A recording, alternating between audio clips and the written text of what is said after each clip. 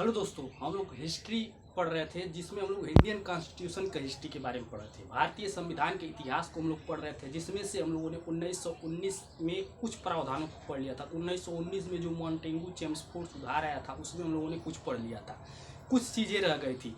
देखिए, इस जो 1919 में आया था मॉन्टेगू चेम्सफोर्ड या भारत शासन अधिनियम जो 1919 आया था, इसके पहले जो 1909 में आया था उसमें क्या किया गया था, उसमें जो अंग्रेज थे उन लोगों के द्वारा मुसलमानों को पृथक निर्वाचन दे दिया गया था। मुस्लिम लीग की स्थापना के बाद 1906 में 1909 में उनको मार्लिमेंटो सुधार के तौर पे उनको दे दिया गया था क्या, पृथक निर्वाचन। अब क्या करते हैं अंग्रेज उस मतलब अंग्रेज जो मुसलमानों को दिए थे उसी को और आगे बढ़ा देते हैं, यानी जो पृथक निर्वाचन था उसको और आगे बढ़ाते हुए किसको और दे देते हैं, तो इसके माध्यम से वो सांप्रदायिक निर्वाचन को और अधिक बढ़ाते हैं। और इस निर्वाचन को बढ़ा करके वो किसको दे देते हैं, तो सिखों को भी दे देते हैं, भारतीय ईसाइयों को दे देती हैं, आंग्ल भारतीयों को दे देते हैं, और यूरोप के जो लोग थे उनको भी ये दो पृथक निर्वाचन के तौर पे उनको मत डालने का अधिकार दे देते थे। लेकिन ये अधिकार सबको प्राप्त नहीं था, कुछ ही लोगों को प्राप्त था। जैसे कि कोई जो जिसके पास बहुत ज़्यादा संपत्ति है, जैसे राजे रजवाड़े हैं उनके वहाँ पे, और जो कर देते थे, जैसे कि जो व्यापारी है जो टैक्स भरते थे, जिनका बहुत बड़े लेवल पे व्यापार था, जो टैक्स पेयर थे वो लोग डाल देते थे। या फिर जो लोग बहुत ज़्यादा शिक्षित थे वह लोग मत डाल सकते थे। या फिर अन्य आधार इनकी जो थी वो बहुत से अन्य आधारों पर भी दिया करते थे, जैसे कि कोई सैनिक का प्रमुख है उसके जो वंशज हैं उनको दे दिया, ऐसे करके बहुत से लोगों को देते थे। ये सीमित लोगों को ये अधिकार जो था वो मत डालने का प्राप्त था, लेकिन ये पृथक हो गया था, यानी बहुत से लोगों में बहुत से क्षेत्रों में बढ़ गया। देखिए, पृथक निर्वाचन का मतलब ये नहीं है कि मतलब हिंदू को मुसलमान वोट देगा। सीधी सी बात ये हुई कि जहाँ पे कोई क्षेत्र ऐसा है, एक मान लीजिए भूभाग है इतना बड़ा, इसमें 20 लोग हैं, 20 में से यदि 12 जो है या फिर 11 जो है वो मुस्लिम है, तो इस क्षेत्र में चुनाव लड़ने का भी अधिकार मुस्लिम को होगा और वो मत डालने का भी अधिकार मुस्लिम को होगा।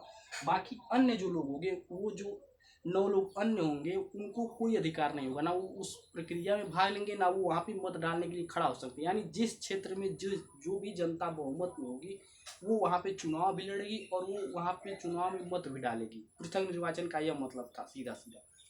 और इसके माध्यम से और क्या किया गया, तो इसके माध्यम से इंग्लैंड में स्थित भारत के जो सचिव थे उसके पद में थोड़ा विघटन डाला गया। जो भारतीय सचिव थे उनकी एक सहायता के लिए 15 सदस्यीय समिति की गठन किया गया था, उसका मतलब विखंडन कर दिया गया। जो 15 सदस्यीय परिषद थी उसको खंडित कर दिया गया और क्या किया गया, अब एक उच्चायुक्त की स्थापना की गई। देखिए क्या हुआ था कि ये जो ये भारत के सचिव थे, इनके और 15 जो सदस्य, इनका जो सदस्य था वो दोनों मिल करके भारत से जो पैसा इनको जाता था, भारत से ही ये लोग पैसा लेते थे। अपना जो सैलरी था, जो भी इनको मिलता था, जो भी सुविधाएं इनको मिलती थी, वो भारत के केंद्रीय बजट से इनको मिलती थी। तो जो भारतीय कांग्रेस के लोग थे या फिर जो अन्य लोग थे, उन लोगों को ये लगा कि क्यों, जब ये लोग भारत में नहीं रह रहे हैं, इंग्लैंड में रह रहे हैं, तो भारत के खर्चे पर क्यों जी रहे हैं इंग्लैंड में रह करके। तो जो बहुत बड़े लेवल पे लोगों ने विरोध किया, तो अंग्रेजों ने एक चाल चली कि भारत के जो सचिव थे उनको अब कहाँ से वो पैसा देने लगे, तो वो वहाँ के संसद से देने लगे। भारतीय सचिव को इंग्लैंड के संसद से पैसा देने लगे। और जो ये 15 सदस्यीय जो समिति थी, 15 सदस्य जो सचिव की सहायता के लिए थे, उनको अब बदल दिया। किसमें बदल दिया, तो उनको अब उच्चायुक्त में बदल दिया। यानी अब भारत के जो उच्च आयुक्त हैं उनको अब ये पैसा देंगे। भारत का उच्चायुक्त का मतलब ये हुआ, जैसे आज भारत के बहुत से देशों में उच्चायुक्त हैं, उसी प्रकार से उन लोगों ने तब इंग्लैंड में भारत का उच्चायुक्त के तौर पे खोल दिया कि भारत की समस्याओं को व्यक्त करने के लिए, भारत के लोगों को यहाँ पे हैं उसकी गारंटी लेने के लिए जो ये उच्च आयुक्त है वो आयुक्त है। तो इसके लिए पेमेंट कहाँ से आएगी, इसके लिए पेमेंट भारत से ही आएगी। और जो ये सचिव जी थे जो इंग्लैंड के सांसद थे, उनको क्या हुआ, उनको अब पैसा जो था कहाँ से मिलने लगा, इंग्लैंड की संसद से मिलने लगा। इसने पहली बार राज्यों के बजट को केंद्रीय बजट से पृथक कर दिया गया। यानी पहली बार ऐसा हुआ कि राज्यों को शक्ति दे दी गई कि वो अपने बजट पे अपने मतलब जो अपना टैक्स कलेक्ट कर रहे हैं उसको कहाँ खर्चा करना है, उनको ये अधिकार दे दिया गया राज्यों को। ये अधिकार पहले राज्यों को नहीं था, पहले ये केंद्र के पास आता था। सभी राज्यों का जो पैसा था केंद्र के पास आता था। उसके बाद केंद्र जो करती थी, निर्णय लेती थी कि किसको कितना कितना पैसा देना है। पर अब कुछ क्षेत्रों को छोड़ करके बाकी चीज़ों पर उनको खुद से बजट बनाने का अधिकार दे दिया गया। जैसे आज है, राज्य में सभी लोग अपना अपना बजट बनाते हैं, हर राज्य का, यूपी का अलग बजट होता है, बिहार का अलग बजट होता है।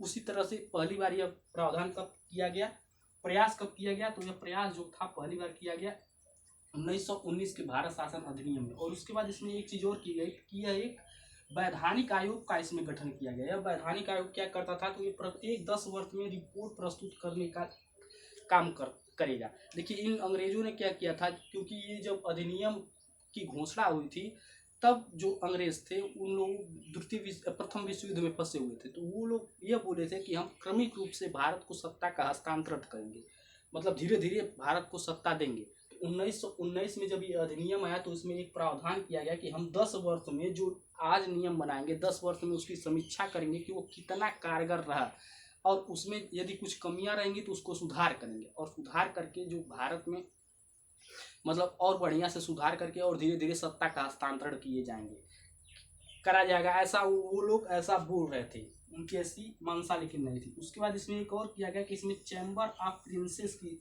स्थापना किया गया। यह क्या किया गया कि ये लगभग 120 लोगों को, 120 जो राजवाड़े थे उनको यह सदस्यता दी गई। उनके जो राजकुमार थे वह आए और अपने अपने क्षेत्र की समस्या को प्रकट करें डायरेक्ट वाइस राय से, और वाइस राय उसके समाधान के लिए कुछ करेगा। ऐसा ये व्यवस्था इसमें किया गया था कि ये साधारण जो जन सामान्य लोग हैं उनके लिए कुछ इस चैम्बर ऑफ प्रिंसेस के माध्यम से मदद प्रावधान प्रस्तुत किया जाएगा। पर ऐसा ये भी बहुत बड़े लेवल पे कार्य करना ही हुआ है पूरी तरह। और ये जो 1919 का अधिनियम था ये पूरी तरह फ्लॉप मार गया था, इसमें कुछ भी अचीवमेंट नहीं हो पाई थी। इसके फेल होने के बाद ही गांधी जी ने असहयोग आंदोलन मतलब चालू किया था। तो यही था 1919 का भारत शासन अधिनियम। धन्यवाद।